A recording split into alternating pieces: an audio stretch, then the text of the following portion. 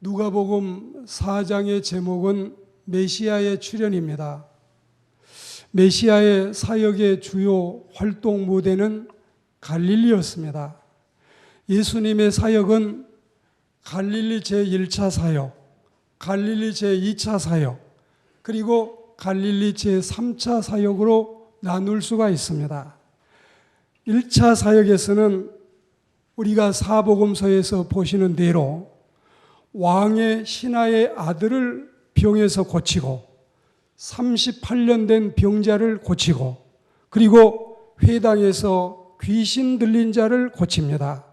베드로의 장모 열병을 떨어뜨려서 고치고 문둥병자와 중풍병자, 한손 마른 사람을 고치시는 사역이 갈릴리 1차 사역입니다. 그리고 2차 사역은 백부장의 종을 고치고 또 한 미망인의 아들을 죽음에서 살려내십니다. 귀신 들려 눈멀고 벙어리 된 환자를 치료하시고 거라사 광인을 고치시고 혈루증 여인을 고치십니다. 야이로의 딸을 죽음에서 살려내시고 두 소경을 길에서 만나서 고치십니다. 벙어리 귀신을 축출해내십니다. 그리고 3차 갈릴리 사역에서는 수로보니게 여인의 딸을 고치시고 귀먹고 어눌한 자를 고치시고 벳세다의 소경을 고치시고 간질병 소년을 고치시는 이러니 치유의 사역을 중심으로 복음을 전하고 계십니다. 물론 지금 말씀드린 이 모든 사역은 오늘 본문 누가복음 4장 이후에 또 누가복음 9장 사이에 또 마태 공동체와 마가 공동체, 요한 공동체에 기록되어 있는 내용들인데 또 주의 성령이 임하시고 나서 선포 이후에 되어진 예수님의 사역들입니다. 오늘 본문의 배경은 서울에서, 한양에서, 예루살렘에서 북쪽 산간 지방으로 가면은 거기에 여러분 이 예수님이 자라나신 나사렛이라고 하는 곳이 있습니다. 원래 예수님은 베들레헴에서 출생하셨는데 그렇지만 예수님의 본 고향을 나사렛으로 표기하고 있습니다.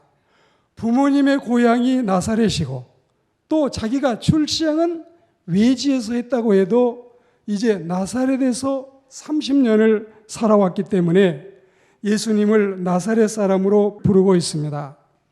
예수님은 서울 사람이 아니라 촌사람 그리고 나사렛 사람이라고 하는 사실을 성경은 우리에게 가르치고 있습니다. 오늘날 예수 믿는 사람들을 크리스천이라고 하는데 크리스천이라고 하는 말도 히브리어에서는 노츠리, 아랍어로는 나스라이라고 불렀는데 이 역시 나사렛 사람들이라고 하는 뜻입니다. 우리가 하이 CCC에서 또 이 대학생 CCC에서 모든 형제들을 나사렛 형제로 불렀습니다. 그 또한 예수님이 나사렛 사람이라는 사실을 우리가 염두하고 부르게 된 이름입니다. 안식일이 되자 예수님은 이런 나사렛에 세워진 회당에 들어가셨습니다. 오늘로 하면 우리가 예배드리고 있는 이 예배당이 회당이 되겠어요. 그리고 예수님께서 이 회당에 들어가시는 일은 30년 거의 살아온 나사렛에서 안식일이 되면은 늘 해오던 삶의 한 모습이었습니다. 회당의 입장에서 성경을 읽으려고 서시자 선지자 이사야의 말씀이 기록된 책을 받으시고 이 책을 받아서 읽으시는데 이사야 61장 1절과 2절의 내용의 말씀입니다. 가난한 자에게 복음을 전하게 하시려고 주의 성령께서 내게 임하셨다. 그래서 우리 주님이 성령의 임재하심을 기름 부으심 받음으로 오늘 말씀에 표현하고 있고 예수님은 하나님으로부터서 보냄을 받은 자, 보내심을 받은 자라는 사실을 우리에게 상기시키고 있습니다. 그래서 이 가포, 눈눌, 가난한 자와 포로된 자, 눈먼 자, 눌린 자. 오늘 제목은 눌린 자를 자유롭게 했지만 이거는 대명사로 생각하시고, 가난한 자들에게, 또 여러분 포로된 자들에게, 눈이 멀어 있는 자들에게, 눌려 있는 자들에게 복음을 전하기 위해서 예수님께서 이 땅에 오셨다는 사실을 말씀하고, 그리고 마치 레위기 25장에서 보여주던 희년처럼 주의 은혜의 해를 선포하는 것처럼 메시아가 선도하게 될 새로운 시대의 시작을 알리는 이 선포식이 바로 오늘 말씀에 있다고 여러분이 이해하시면 되겠고, 오늘은 이 점에 대해서 하나님의 말씀을 듣겠습니다. 쉽게 말씀드리자면 선포식은 부모님의 고향이고 또 자신도 30년을 자라온 나사렛에서 하셨지만, 그러나 이 나사렛에서 이제 활동을 하시는 것이 아니라 거기서 한 30km 더 나가서, 서울 쪽으로 나가서 갈릴리 중심으로 사역을 하시는 예수님의 역사를 볼 수가 있는데, 나사렛에서 해발 500m쯤 되는 곳에 유리같이 맑고 물고기가 펄떡 대이는 갈릴리가 있습니다. 이 갈릴리는 게네사렛 호수라고도 하거나 디베리아 바다라고 해도 갈릴리를 지칭한다는 사실을 여러분이 기억하시면 말씀을 듣는데 좋겠습니다. 예수님이 봉독하신 이사야 61장 1절 2절의 말씀은 예수님의 두 가지 사역, 즉 선지자적인 사역과 그리고 메시아적 사역을 공적으로 증거하고 있는 셈이라고 생각합니다. 예수님은 신명기 18장 15절과 18절에 예언된 바로 그 선지자, 이 신명기 18장 15절 18절에 선지자를 보내리라, 그 선지자가 바로 예수님을 지칭하고 있고, 그리고 다니엘 9장 24절에 가시면 예수님은 하나님의 기름 부음을 받으신 메시아라는 사실을 우리에게 말씀하고 있습니다. 예수님은 영적으로 눈이 멀고 포로된 자들을 죄악에서 건져내서 자유를 주기 위해서 오셨다는 사실, 우리는 이 예수님을 천하 만민에게 증거하는 일이 우리의 사명이라는 사실을 여러분이 기억하시고, 이제 우리는 복음 전하는 일에 우리의 모든 이 남아있는 삶에 우리의 힘들을 모아서 하나님의 복음을 증거하는 신실한 사역자들이 되기를 주의 이름으로 권면합니다. 오늘 18절 말씀에 주의 성령이 내게 임하셨으니, 이 임하셨다는 헬라어 에크리세는 기름을 붓다 혹은 기름을 바른다는 뜻입니다. 예수님께 성령이 임했다는 것은 예수님이 기름 부으심을 받으셨다는 사실을 상기시키고 있습니다. 우리가 출애굽기 28장 41절에 보시면 제사장을 세울 때 기름을 부었어요. 열왕기상 19장 16절에 보시면 선지자에게 기름을 부었습니다. 그리고 사무엘상 10장 1절에 보시면 왕을 세울 때 이 왕의 머리에 기름을 부었습니다. 그래서 제사장과 선지자와 왕을 세울 때는 이 양각, 양의 뿔에 기름을 넣어서 머리에 붓고 기름 붓는 예식을 통해서 이 왕의 이 취임식을 알리는, 또 제사장과 선지자의 취임식을 알리는 이런 일을 했던 것입니다. 그래서 이사야 예언의 주인공이신 예수님께서는 성령을 받으시고 복음의 선포자로, 또 눌린 자를 자유케 하는 만왕의 왕으로 우리에게 오심을 우리가 믿고 받아서 구원의 백성이 됐잖아요. 아직도 이 세상에는 우리처럼 주님을 믿지 않는 많은 영혼이 있잖아요. 우리는 그들에게 눌린 자를 자유케 하는 하나님의 복음의 사신들이 되기를 축복합니다. 이 세상 가운데 처한 인생들의 모습을 보십시오. 가난한 자, 사실은 모든 인생이 다 가난해요. 돈이 많이 있고 재산이 많아도 영적으로 가난한 사람, 돈도 없고 환경도 불우하고 그리고 영적으로도 또 가난한 사람들, 우리는 이 세상에 아무 세상의 조건과 형편에 관계없이 모든 인생은 가난한 인생으로 이해하시면 좋겠고, 그리스도가 심령에 없는 자는 모두가 가난한 영혼이라고 생각하십시오. 예수님을 안 믿어도 될 만큼 부유한 자는 세상에 아무도 없습니다.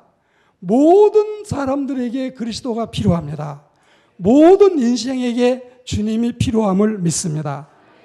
가난한 자의 물론 원어의 뜻이야 순수한 은혜와 자비만을 얻기 위해서 마음을 열어놓은 자라고 하는 뜻이 있는데, 이런 영적인 이 뜻 외에도 지상의 모든 인생은 다 가난한 심령들이다. 다 가난한 영혼들이다. 이걸 우리가 상기해야 되겠고, 포로된 자는 아무리 자유를 누리고 있다 해도 그리스도 밖에 있는 사람이 포로되지 않는 사람이 아무도 없어요. 정말 포로 아닌 인생이 누가 있겠습니까? 1차적으로 유대 백성이 바벨론 포로 생활에서 귀환에 돌아올 것을 의미하지만, 그러나 어찌 보면 모든 우리 인생은 포로되어 있는, 이 죄에 매여 있고 사탄에게 매여 있고 죽음에게 포로 잡혀 있는 이런 불쌍한 인생이 바로 우리라고 하는 사실을 우리가 간과하지 말아야 됩니다. 궁극적으로는 메시아이신 예수 그리스도가 오셔서 우리를 이 3대 악당으로부터 해방을 시킨다고 하는 하나님의 약속의 말씀인데, 예수님 믿지 않으면 죄 문제, 사탄 문제 해방 안 됩니다. 예수 믿지 않으면 죽음 문제 해결할 길이 없습니다. 무연중생제도 불능, 업보중생제도 불능, 그리고 삼세중생제도 불능. 우리 인간은 죄 문제도 해결할 수가 없고 죽음 문제도 해결할 수가 없는 것입니다. 눈이 먼 자들 하나같이 영적으로 까막눈이 되어 있습니다. 우리 예수님께서 육체적으로나 정신적으로 영적으로 눈먼 자들의 시력을 회복시켜서 그 영적인 까막눈이, 눈은 떴지만 보지 못하는 이 달달봉사들이 눈이 떠져서 새로운 세계를 볼 수 있도록 우리 주님께서 눈먼 자를 위해서 오심을 믿습니다. 우리 사람에게는 자연적인 눈이 있고 초자연적인 눈이 있어요. 이 자연적인 눈에는 이 육안을 가지고 세상을 바라보는 이 사물의 눈, 글을 터득하고 배워서 글을 읽을 수 있는 눈, 이게 바로 육안이고 초자연적인 눈이고, 이 자연적인 눈이고, 그리고 초자연적인 눈은 영적인 눈, 영안을 의미하는 것입니다. 영안이 열려야, 영의 눈이 떠져야 예수님도 보이고, 예수님이 보여야 구원도 영생도 보일 줄 믿습니다. 구원과 영생의 진리가 들어와야 천국도 보이고 신령한 세계가 보이고 사람들이 알지 못하던 새로운 세계를 보게 될 줄 믿습니다. 눌려있는 자들, 사실은 이 네 가지 가포, 눈눌, 가난한 자, 포로된 자, 눈먼 자, 눌린 자, 이게 네 사람 같고 네 사람의 모습 같지만 사실인즉슨 한 사람의 모습 속에 이 네 가지가 다 들어있습니다. 강조하고자 구체적으로 나열한 것뿐인데 그렇습니다. 가난한 자가 포로가 되고 그 포로된 자가 눈이 멀었고 그 눈이 먼 자가 눌려 있다는 사실, 이게 바로 여러분 우리의 과거의 모습이 아니고 누구의 모습이겠습니까? 죄의 가이 눌리고 사탄의 목이 눌리고 사망의 영이 눌려서 예수님의 평안과 예수님의 자유가 꼭 필요했던 우리들, 그런 우리를 위해서 예수님께서 십자가에 죽으시고 피 흘려서 우리를 구속하셨으니, 이렇게 엄청난 은혜를 우리가 받았으니 이제 우리가 또 세상에 나가서 과거에 우리의 모습을 방불케 하는 수많은 사람을 주님께로 돌아오게 하는 놀라운 역사가 있기를 축복합니다. 우리는 이미 주님의 은혜의 해를 누리고 살고 있습니다. 이미 우리는 주님의 은혜의 해를 향유하고 있습니다. 그렇지만 이런 전도 기간을 통해서, 이 열린 모임을 통해서 우리가 또 많은 사람들에게 이 희년을 선포하듯이 이제는 구원의 시대다, 이제는 복음의 시대다, 이제는 메시아의 시대라는 사실을 우리가 은혜의 해를 선포하는 하나님의 사람들, 우리 셀 리더들과 또 하나님의 전도자들이 되어야 할 줄로 믿습니다. 금주 목요일 날 9월 10일, 이 9월 10일은 세계 자살 예방의 날입니다. 오늘 우리는 이 시간에 자기 목숨을 스스로 끊어서 생명을 버린 분들에 대해서 비난해서 될 일이 아니고 정말 그들의 심장 속에 들어가 보고 오죽했으면, 얼마나 살기가 힘들었으면 그 귀한 생명을 스스로 버렸을까, 이런 심정을 가지고 오늘 이 말미에 여러분에게 공감을 얻고자 하는 것입니다. 어느 대학 교수가 당신은 지금 어떤 상태에 있습니까? 1000명에게 물었다. 이 1000명이 대답하는 걸 들어보면은 340명이 울고 싶다. 그리고 360명이 몸부림을 치고 싶다. 그리고 220명은 지금 바로 죽고 싶다. 나는 괜찮다, 겨우 견딜만하다, 이런 사람은 80명밖에 안 되고, 그러니까 8%만 그럭저럭 견딜만하고 920명은 전부 다 문제가 다 나 있는 거예요. 그리고 100명의 불신자에게 갤럽에서 조사를 했는데 지금 내 눈이 캄캄하다, 앞길이 다 막혀 있다, 그러면 어떻게 해결하겠느냐, 그렇게 물어보니까 90% 이상이, 100명 중에 90명 이상이 점쟁이를 찾아가고 관상쟁이를 찾아가고 사주팔자를 가서 풀어보겠다. 그리고 이제 한 5%의 사람들이 그래도 불신자 중에서니까 그래도 나는 절에 다니고 남묘 호랭교교를 다니고 그래도 나는 공자의 이 교를 따르고 있으니 거기에 가겠다. 그리고 100명 가운데 5%만 예배당에 찾아가서 하나님께 도와달라고 하겠다 했습니다. 쉽게 말씀을 드리면 이 지상에 믿지 않는 사람의 영혼의 95%는 교회에 와도 하나님이 해결해 줄 수 있다고 생각하지도 않고, 목사의 설교는 좋은 이야기 해주는 연설가 정도로 생각하지, 거기 와서 말씀을 듣고 문제가 해결되고 인생이 풀리고 구원받겠다는 생각을 하지 못하고 있다, 이것입니다. 우리가 OECD, 언제부터 우리는 OECD라고 하는 이름이 남의 이름이 아니라 우리 국가의 이름 속에도 들어있다는 사실을 알게 됐지요. 그리고 OECD 국가 중에서 이 10만 명당 자살하는 사람이 12명씩인데 우리 한국은 10만 명당 자살하는 사람이 30명이어서 OECD 국가의 2.5배가 많고, 그리고 이 OECD 국가 중에서 자살률 세계 1위 11년 연속 우리 한국이 1위를 차지하고 있습니다. 11년 연속. 좋은 거 여러분 1위 했으면 얼마나 좋겠습니까? 중국은 인구가 어마어마하기 때문에 15억이나 되기 때문에 1년에 자살하는 사람이 25만 명이나 되고 하루에 자살해 죽은 사람이 685명이라고 합니다. 우리는 이렇게 하루에도 중국에 비하면 한 20분의 1 정도, 30분의 1 정도 인구가 된다고 할까요?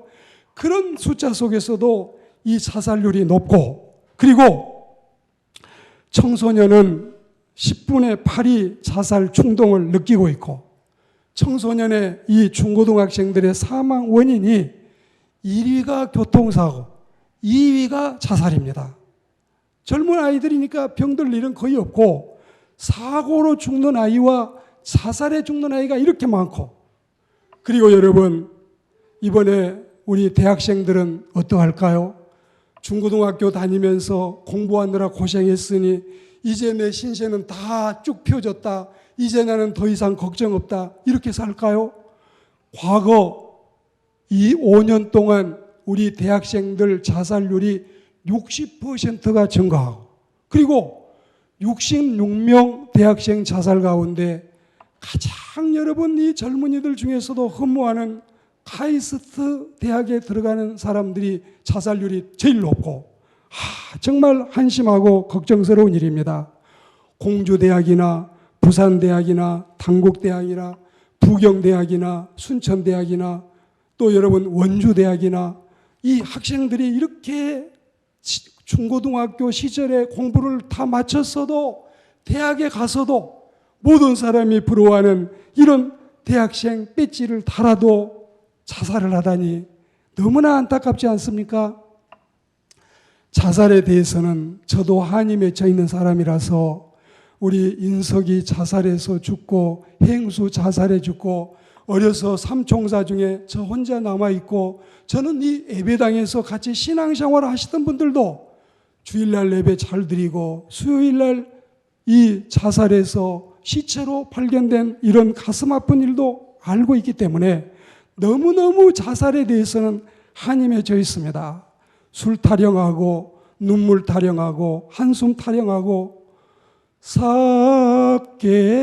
사케와 나미다까 담에 있기까 코코로노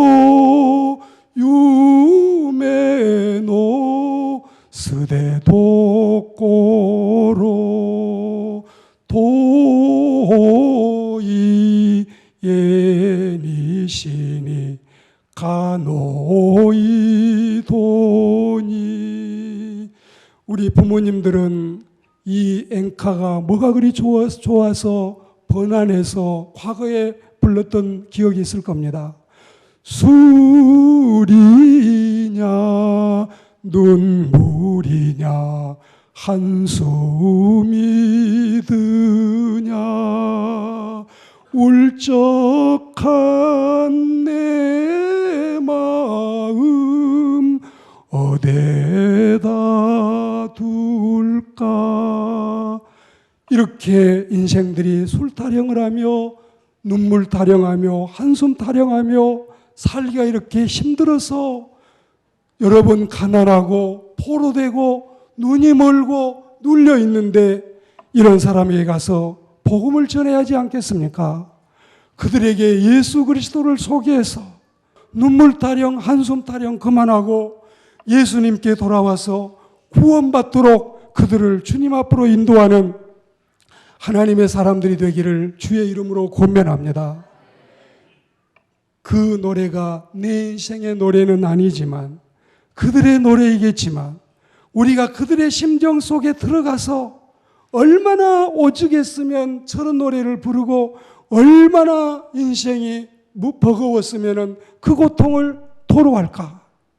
과거에 우리나라에 자살한 대통령이 있었는데 그 자살한 대통령을 알고 있는 동료 의원들이 우리 CCC 김중권 박사님께 같이 동행해서 왔습니다. 그리고 우리 김중권 박사님이 안수기도를 해주고 그리고 이 여러 가지 살아가는 지혜를 알려주었는데 그분이 자살한 소식을 듣고 나서 김중권 박사님이 얼마나 눌렸으면 얼마나 가히 눌렸으면 얼마나 목을 눌렸으면 저렇게 슬픈 인생을 마치게 될까.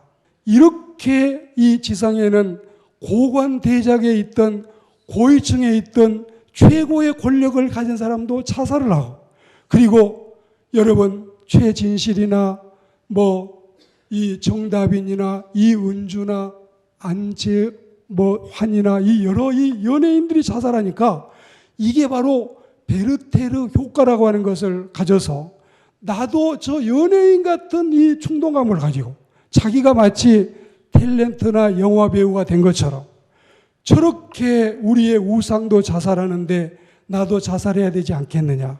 이게 바로 여러분 베르테르의 이 효과라고 하는 것입니다. 우리가 이 젊은 베르테르의 슬픔을 읽고 얼마나 많은 사람이 자살을 했으며 또 이 존 오노라고 하는 이 미망인에게 그 자기 남편의 죽음을 자살로 조문을 한 사람이 여러분 10여 명 된다는 사실을 생각하면 이렇게 귀한 생명, 하나님이 주신 이 고귀한 생명을 우리가 9월 10일 날 목요일 날 세계 자살 예방의 날인데 그들의 심정은 이해하지만 죽고 싶은 그들의 아픔은 우리가 헤아릴 수 있지만 그래도 인생은 선하고 아름다운 것이라고 하는 우리 연세대학교 김영석 교수의 책의 제목처럼 그 장로님의 메시지처럼 우리는 세상을 살면서 더 이상 죽을 생각을 하는 사람이 있다면 그 죽을 용기를 가지고 사는 역사가 있기를 축복합니다. 그리고 우리가 그들에게 나가서 이 가난한 사람들, 이 포로된 사람들, 이 눈먼 사람들, 이 눌려있는 사람들에게 주님의 복음을 전하는 은혜의 해를 선포하는 저와 여러분들이 다 되시기를 주의 이름으로 축복합니다. 네.